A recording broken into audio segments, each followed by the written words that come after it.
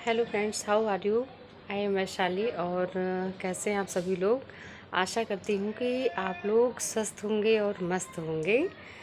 आज का वीडियो मैं लेकर आई हूँ HbA1c के बारे में। ठीक है, HbA1c यानी कि home based new born care, यानी कि नवजात शिशु की घर पर देखभाल। आज की इस वीडियो में हम बात करेंगे कि आशा द्वारा नवजात शिशु की कितनी बार देखभाल की जाती है या कितनी बार घर पर विजिट की जाती है। तो आप लोग हमारे वीडियो को लास्ट तक ज़रूर देखिएगा और ये जानिएगा कि कितनी विजिट होती हैं और उसमें क्या क्या जानकारियाँ दी जाती हैं, बच्चे को क्या लाभ है और माँ को क्या लाभ है। ये सारी जानकारी आपको अगले कुछ ही समय में मिलने वाली है। तो सबसे पहले मैं कहूँगी मेरे चैनल को लाइक, शेयर और सब्सक्राइब कर दें। और मैं ऐसे ही हेल्थ के वीडियोस लेकर आती हूँ। और आज का हमारा टॉपिक HbA1c है, यानी बच्चों की देखभाल का। तो आज हम बात करेंगे कि नवजात शिशु की देखभाल कब की जाती है। तो सर्वप्रथम हम बात करेंगे कि घर पर प्रसव होने पर हमें कितनी विजिट करनी चाहिए। तो घर पर प्रसव यदि हुआ है तो 7 विजिट करनी होती हैं। ओके। और यदि संस्थागत प्रसव हुआ है तो उसमें 6 विजिट करनी होती हैं। अब ये विजिट आप लोग सोच रहे होंगे ये विजिट लगा के रखी है, आगे कुछ बता नहीं रही हैं। ये विजिट क्या है, विजिट में होता क्या है। तो मैं आप लोगों को बता दूं कि HbA1c की जो विजिट होती है उसमें आशा द्वारा गृह भ्रमण किया जाता है। और उसके बाद जब आशा घर पे जाती हैं तो पहली विजिट में ये होता है, सबसे पहले जाने के बाद वो हैंड वॉश के बारे में सबको बताती हैं। फैमिली में जितने भी सदस्य होंगे उन सबको हैंड वॉश के बारे में जानकारी दी जाती है कि आप सर्वप्रथम हैंड वॉश कीजिए, उसके बाद आप बच्चे को छू सकते हैं। इसके बाद ही बच्चे का वज़न लिया जाता है, तापमान चेक किया जाता है और बच्चे की सांसों की जो गिनती है वो की जाती है कि बच्चा 1 मिनट में कितनी सांसें ले रहा है, अधिक ले रहा है या कम ले रहा है। उसकी सांसों की गिनती वॉच के द्वारा होती है। ठीक है। तो उसके बाद फिर हम उसके वेट पर देखते हैं कि जब उसका जन्म हुआ था उस समय से लेकर जब वेट करने हम गए हैं तो उस बच्चे का वेट बढ़ रहा है या नहीं। यदि वेट बढ़ रहा है तो अच्छी बात है, उसमें घबराने वाली कोई भी बात नहीं है।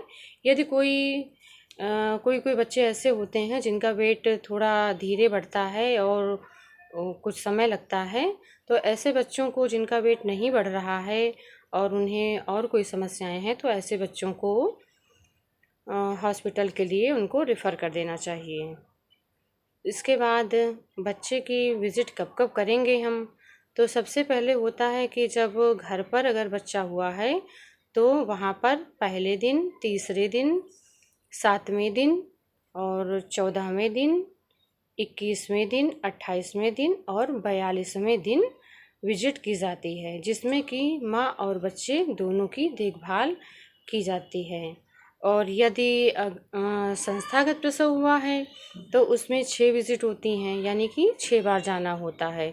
तो उसमें सेम प्रोसेस यही होता है कि 6 बार जब आप जाएंगे तो सबसे पहले बताएंगे कि हैंड वॉश के बारे में बताएंगे। हैंड वॉश करना बहुत ही इम्पॉर्टेंट है। हैंड वॉश के अलग अलग स्टेप होते हैं, इसके बारे में मैं आपको नेक्स्ट वीडियो में बताऊंगी। ओके, थोड़ा सा सब्र कीजिए। और फिर बता रही हूँ कि संस्थागत प्रसव हुआ है और उसमें तीसरे दिन जाना है, 7वें दिन, 14वें दिन, 21वें दिन और 28वें दिन, फिर 42वें दिन जाना रहता है। वहाँ पर जाकर बच्चे की संपूर्ण देखभाल की जाती है और बच्चा ठीक से दूध पी रहा है या नहीं पी रहा है, इसके बारे में माँ को जानकारी दी जाती है। और फिर इसके बाद माँ के स्वास्थ्य की भी जांच होती है। अब आप लोग सोच रहे होंगे कि प्रसव के बाद माँ की कौन सी जांच होती है? भाई ये प्रसव हो गया, फुर्सत मिल गई, अब माँ की कौन सी जांच होगी? तो ऐसा बिल्कुल नहीं है। प्रसव होने के बाद भी माँ और बच्चे में खतरे के सिम्टम्स हो सकते हैं, तो उसकी भी जांच की जाती है। तो उस जांच में क्या होता है, अब माँ समझ ले कि माँ के लिए क्या है चलिए बताती हूँ। माँ के लिए जो है, सबसे पहले तो माँ का फीवर चेक होता है कि उसे फीवर तो नहीं आ रहा है, और भी उससे कई क्वेश्चन पूछे जाते हैं कि भूख लग रही है, खाना ठीक से खा रही हैं, और क्या उसकी गति है, कैसे वो जो है खान पान उनका कैसा है, थोड़ा आराम कर रही या नहीं कर रही हैं। और एक सबसे इम्पॉर्टेंट बात होती है कि महिला के पीरियड्स के बारे में बातचीत होती है कि उसके पीरियड्स कैसे हो रहे हैं। ठीक है, ध्यान दीजिएगा। मेरे चैनल का नाम वैशाली हेल्थ केयर, और आप लोग इसको लाइक शेयर और सब्सक्राइब कर लीजिएगा, जैसे कि मैं हेल्थ के वीडियोस लेकर आऊँगी। तो आप ये जान लीजिए कि महिला के पीरियड्स के बारे में क्या जानते हैं, क्या जानते हैं या क्या जानेंगे, उससे क्या पूछा जाता है। तो एक सिंपल सा क्वेश्चन है कि उसमें हम बातचीत करते हैं महिला से कि आपका पीरियड्स जो है आ रहा है, तो वो तो ठीक है, डिलीवरी के बाद कंटिन्यू थोड़े दिन चलता रहता है। तो महिला से हम पूछेंगे कि आप दिन भर में 24 घंटे में कितने पैड यूज करती हैं। अगर महिला बताती है कि 4, 3, 2 ऐसे यूज कर रहे हैं, तब तो ठीक है। अगर आप ध्यान दीजिएगा, अगर 5 पैड से ज़्यादा आप यूज कर रही हैं तो ये एक समस्या है, ठीक है, एक प्रॉब्लम है। अगर 5 पैड आपको यूज़ करने पड़ रहे हैं तो आप तुरंत जो है डॉक्टर से मिलिए और तुरंत अपने डॉक्टर को दिखाइए, ठीक है। इसके बाद अब ख़ास करके उन महिलाओं में ये होता है कि जिनका पहला बच्चा होता है और उन्हें जानकारी नहीं होती है, तो उसी समय हम महिला को जानकारी देंगे कि आपका प्रसव हुआ है, तो उसे हम जानकारी कौन सी देंगे। अब आप लोग सोच रहे होंगे कि कौन सी जानकारी महिला को प्रसव के बाद कौन सी जानकारी दी जाएगी। आखिर ऐसा कुछ है ना, प्रसव के बाद भी बहुत सारी जानकारियाँ होती हैं। प्रसव के बाद हम महिला को जानकारी देंगे वेरी इम्पॉर्टेंट परिवार नियोजन के बारे में। ओके, परिवार नियोजन के बारे में उसे पहले बच्चे में के बाद जो है उसे कुछ पता नहीं होता है, तो उसे जानकारी दी जाती है कि परिवार नियोजन के जो साधन हैं, स्थायी साधन और अस्थायी साधन, इसकी मैंने एक वीडियो बना रखी है, आप लोग उसे देख सकते हैं। तो अस्थायी साधन यदि आप यूज करते हैं तो अच्छा है और उपयोगी भी है, महिला के लिए लाभकारी भी है। और ये सारे स्थायी और अस्थायी जो साधन हैं, ये सारे निःशुल्क हैं। सबसे बड़ी बात ये है, ठीक है, ध्यान से सुनिएगा कि ये सारे जो परिवार नियोजन के साधन हैं ये निःशुल्क हैं। इसमें आपको किसी प्रकार का पैसा दे नहीं होना है, और आप निःशुल्क आप इसको इस सुविधा का लाभ ले सकते हैं। अब आपके दिमाग में ये सवाल आ रहा होगा कि आखिर निःशुल्क तो है, लेकिन हम ये लेंगे कहाँ से? तो मैं ये भी बता देती हूँ। आपके यहाँ पे जो आशा हैं, एनम हैं, ठीक है, आपके यहाँ टीकाकरण सत्र होता है, आप वहाँ जाकर इन सारी सामग्रियों को ले सकती हैं। अस्थायी के जितने साधन हैं वो सारे आपको वहाँ पर उपलब्ध मिलेंगे। इसके बाद फिर है प्राथमिक स्वास्थ्य केंद्र होता है, ज़िला अस्पताल है, आप वहाँ जाकर भी इन सेवाओं का लाभ ले सकते हैं। तो इन सब बातों की जो जानकारी है वो आप लोग रखिए। और एक जो है मोस्ट इम्पॉर्टेंट बात है, जानना चाहेंगे आप लोग, सबसे पहले तो मैं यही कहूँगी कि आप मेरे चैनल का नाम वैशाली हेल्थ केयर है, इसको सब्सक्राइब कर लीजिए, क्योंकि यूट्यूब पर इतनी भीड़ है कि लोग बहुत तरह तरह के वीडियोस बनाते हैं। और हालांकि मेरा एक उद्देश्य है कि मैंने ये चैनल इसलिए बनाया है कि जो सुविधाएं हैं और जो योजनाएं हैं वो लोगों तक पहुंच सकें। यहाँ तक कि मैं अपना एक्सपीरियंस बता रही हूँ कि शहरी क्षेत्र में भी लोग पढ़े लिखे हैं, लेकिन यहाँ पर भी जानकारी का बहुत ही अभाव है। ये मुझे कहना पड़ रहा क्योंकि ये मेरा पर्सनल का एक्सपीरियंस है। तो मैंने सोचा कि क्यों ना मैं एक चैनल बनाऊँ और अपने चैनल के माध्यम से लोगों को जागरूक करूँ और वो लोग सुविधाओं का लाभ उठाएँ।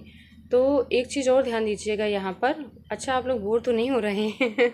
चलिए, अगर बोर ना हो रहे हो तो मैं थोड़ा सा और बताऊँगी कि मेरा जो चैनल है वैशाली हेल्थ केयर, इस पे आपको सही सटीक जानकारी मिलेगी। इसमें कोई फ्रॉड नहीं है, कोई लालच नहीं है, किसी प्रकार का पैसा दे नहीं है। आपको सारी जानकारी सही मिलेगी और पूर्ण रूप से अच्छी मिलेगी। कोई गलत नहीं होगा, कुछ फ्रॉड नहीं होगा।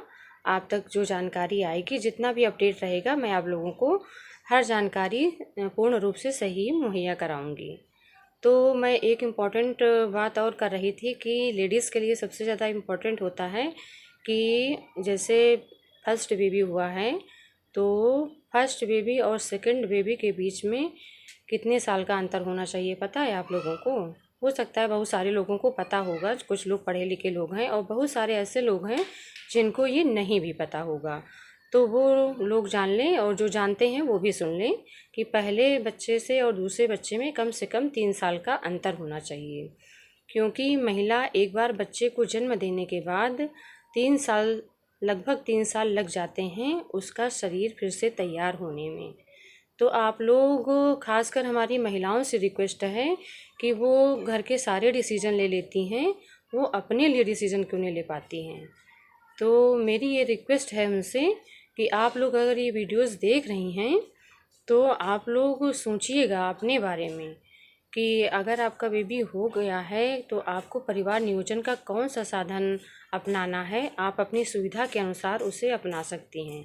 और हाँ, पहले और दूसरे बच्चे में कम से कम 3 साल का अंतर होना बहुत ज़रूरी है। वो माँ के लिए भी ज़रूरी है और बच्चे के लिए भी ज़रूरी है। ठीक है। और ऐसी ही महत्वपूर्ण जानकारियाँ आपको हमारे चैनल पर मिलेंगी। हमारे चैनल को लाइक, शेयर और सब्सक्राइब करें। अगर अभी तक आपने देखा है तो प्लीज़ लाइक और शेयर सब्सक्राइब तो कर ही दीजिएगा। बाकी जैसे ही नया अपडेट आएगा मैं नेक्स्ट वीडियो लेकर आपके पास आऊँगी। Thank you so much. स्वस्थ रहें, मस्त रहें और हमारे चैनल को लाइक, शेयर और सब्सक्राइब करें। यदि आपके मन में कोई सवाल है, कोई क्वेश्चन उठ रहा है तो आप हमसे कमेंट करके पूछ सकते हैं। जैसा कि मैंने बताया था कि आपको सारी जानकारी पूर्ण रूप से सही दी जाएगी मेरे द्वारा। ठीक है, इसमें कोई इब्बट नहीं है। एक आप ये हमारी सेवा समझ लें या कुछ भी समझ सकते हैं आप अपने हिसाब से, लेकिन मेरा उद्देश्य यही है कि जो योजनाएं हैं, जो सुविधाएं हैं, वो जन जन तक मैं लोगों में पहुंचा सकूं और लोग उसका लाभ ले सकें। Thank you so much. मिलती हूँ नेक्स्ट वीडियो में। Okay, take care, good bye.